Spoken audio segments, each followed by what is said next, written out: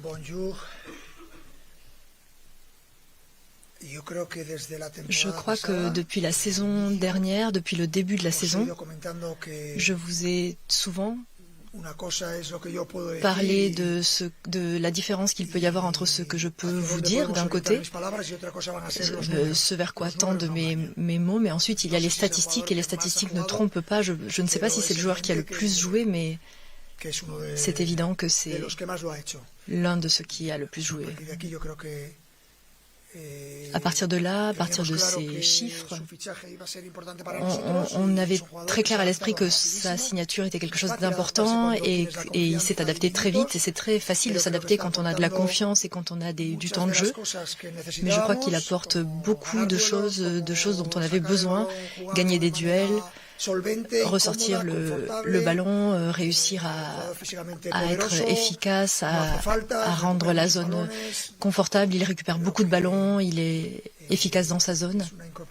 Je crois que c'est un apport qu'on a jugé très positivement depuis la première minute de son arrivée au club. Bonjour, Nicolas Paillard, InfoSport Plus, Canal+. Les statistiques sont formelles, vous marquez plus cette saison que la saison passée. 28 buts cette saison contre 20 la saison passée à la même époque. Pourtant, on l'a vu comme face à Marseille en seconde période.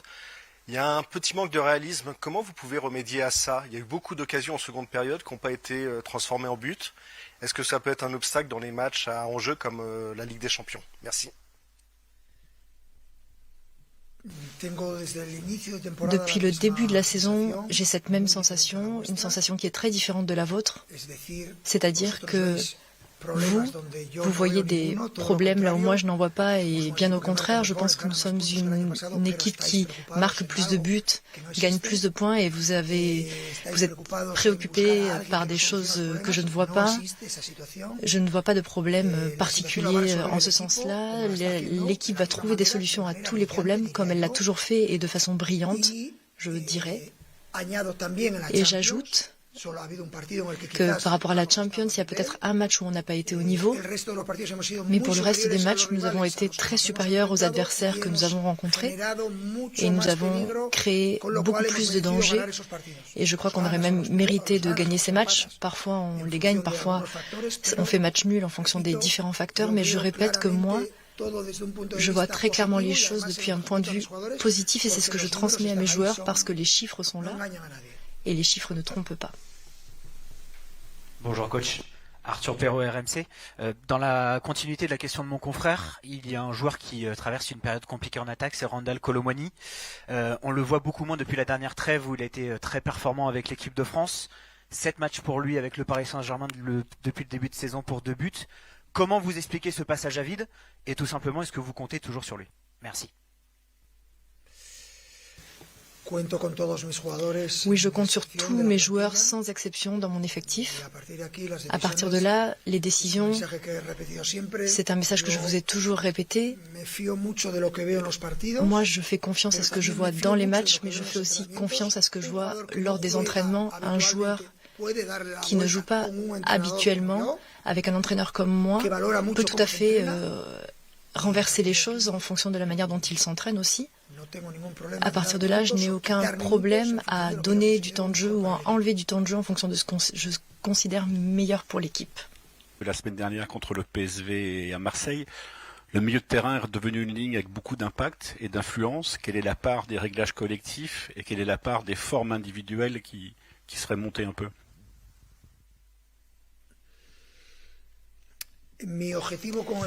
Mon objectif avec l'équipe est toujours le même. J'essaie de faire en sorte que ceux qui apportent beaucoup apportent encore plus, et ceux qui apportent peu puissent aider l'équipe, quelle que soit la situation de jeu.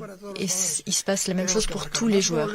Il faut marquer plus de buts, encaisser moins de buts, demander encore plus aux gardiens, demander aux défenseurs d'apporter encore plus.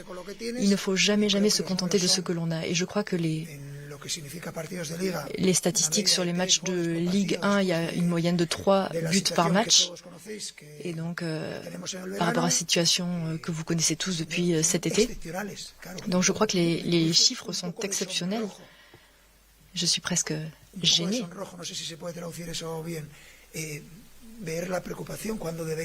Donc ça me fait bizarre que vous ayez des soucis alors que moi je vois quelque chose de positif. Je vois une équipe qui est en train de grandir à travers un projet tout à fait différent.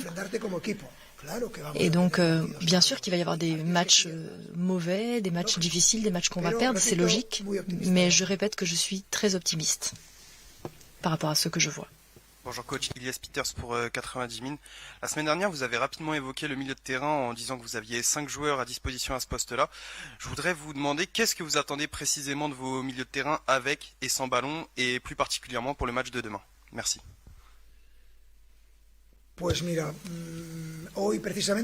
Aujourd'hui, justement, je parlais avec les 5 milieux de terrain. J'ai parlé avec eux pendant l'entraînement et j'espère qu'ils vont marquer beaucoup de buts. Et ce que je voudrais, c'est qu'ils aient chacun 2 buts et en plus des passes décisives et bien sûr en plus d'un vrai niveau défensif. Donc en ayant 5 milieux de terrain, je pourrais rajouter un 6e même qui serait Kanginli. Je peux le considérer comme un attaquant ou comme un milieu de terrain, c'est pareil. Mais je veux que personne ne laisse son niveau baisser et si jamais leur niveau baisse, quelqu'un d'autre arrivera. C'est le même objectif, j'ai ce même objectif avec les milieux de terrain, avec les attaquants et avec les défenseurs. Et à partir de là, quand dans une équipe tu parviens à générer ce niveau de rivalité, les entraînements ont un niveau encore plus haut, ils sont déjà très hauts, mais c'est comme ça qu'on fait monter le niveau de compétitivité d'une équipe. Bonsoir coach, nous rédigeons un article sur le Ballon d'Or africain. C'est vrai que vous avez transformé tactiquement Hakimi. Voilà, à l'heure actuelle, il est probablement le meilleur latéral droit au monde. Est-ce que selon vous, il mérite le Ballon d'Or africain?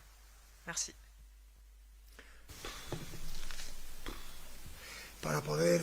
Pour pouvoir dire ça, il faudrait que je connaisse les autres joueurs qui sont en compétition, les joueurs africains, les connaître à fond, mais ça n'est pas le cas. Mais Hakimi est un joueur. Si vous dites qu'en ce moment c'est le meilleur latéral droit, moi, de tous les joueurs que j'ai rencontrés, c'est vrai que je n'ai jamais rencontré un meilleur latéral droit que lui, mais je répète qu'il a une marge de progression. Il a un énorme potentiel et il est sur cette voie. Il se découvre en tant que joueur, il se découvre aussi en tant qu'homme. Et malgré sa jeunesse, il a beaucoup d'expérience et nous souhaitons qu'il soit un joueur sur le terrain et en dehors du terrain, un joueur référent. Mais ça, c'est difficile et c'est quelque chose qu'on ne fait pas avec des mots, c'est quelque chose qu'on doit démontrer avec des actes. Et je crois qu'il est en bonne voie pour cela. Je le vois mieux sur ces aspects-là, les aspects footballistiques et les aspects personnels.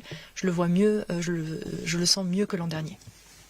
Bonjour coach, Minute Club PSG Community, j'ai une question par rapport à votre quotidien de travail. Communiquer pour apporter son soutien aux familles des victimes, aux sinistrés. Selon vous, faut-il aller plus loin et par exemple imaginer une minute de silence demain lors du prochain match du PSG? Merci.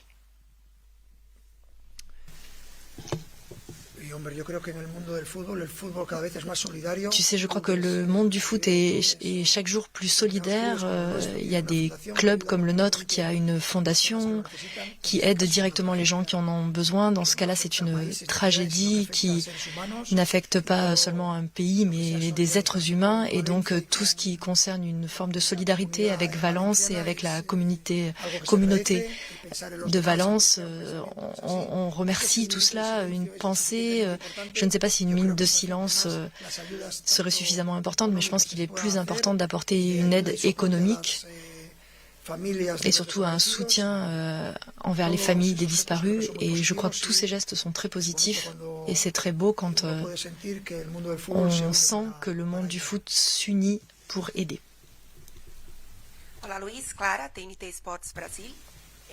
Bonjour Luis, est-ce que tu penses que ce PSG depuis cette saison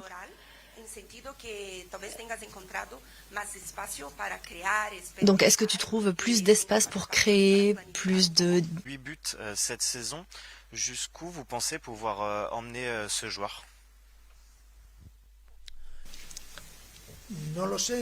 Je ne sais pas et je ne m'inquiète pas et ça m'est égal parce que si jamais il passe 3 jours sans marquer, vous allez commencer à dire autre chose. Donc je crois que c'est une course d'endurance, c'est une forme de marathon, on avance petit à petit, il y aura des hauts et des bas, c'est tout à fait normal. Et quand Barcola ne marquera pas de but, quelqu'un d'autre en marquera, et sinon encore quelqu'un d'autre, un milieu de terrain, un défenseur, c'est comme ça que fonctionnent les équipes. Il n'y a pas de responsabilité supplémentaire, aucun joueur ne doit charger une charge supplémentaire. Il faut que tout le monde protège tout le monde, depuis la défense jusqu'à l'attaque. Il ne faut pas qu'il y ait un joueur sur qui repose plus de pression. Pression qu'en ce moment, on pourrait faire peser sur un joueur parce qu'il a marqué des buts. Combien de buts a marqué l'équipe? 28, 30, c'est ça qui importe. Bonjour coach, Achille H pour BRFM. Vous allez affronter demain la meilleure défense du championnat. Et doit-on, dans ce cas de figure, attaquer en permanence ou prendre son temps et tenter d'user son adversaire pour pouvoir le faire plier? Car votre homologue Will Steele semble connaître les failles de votre équipe et souhaite prendre des points demain.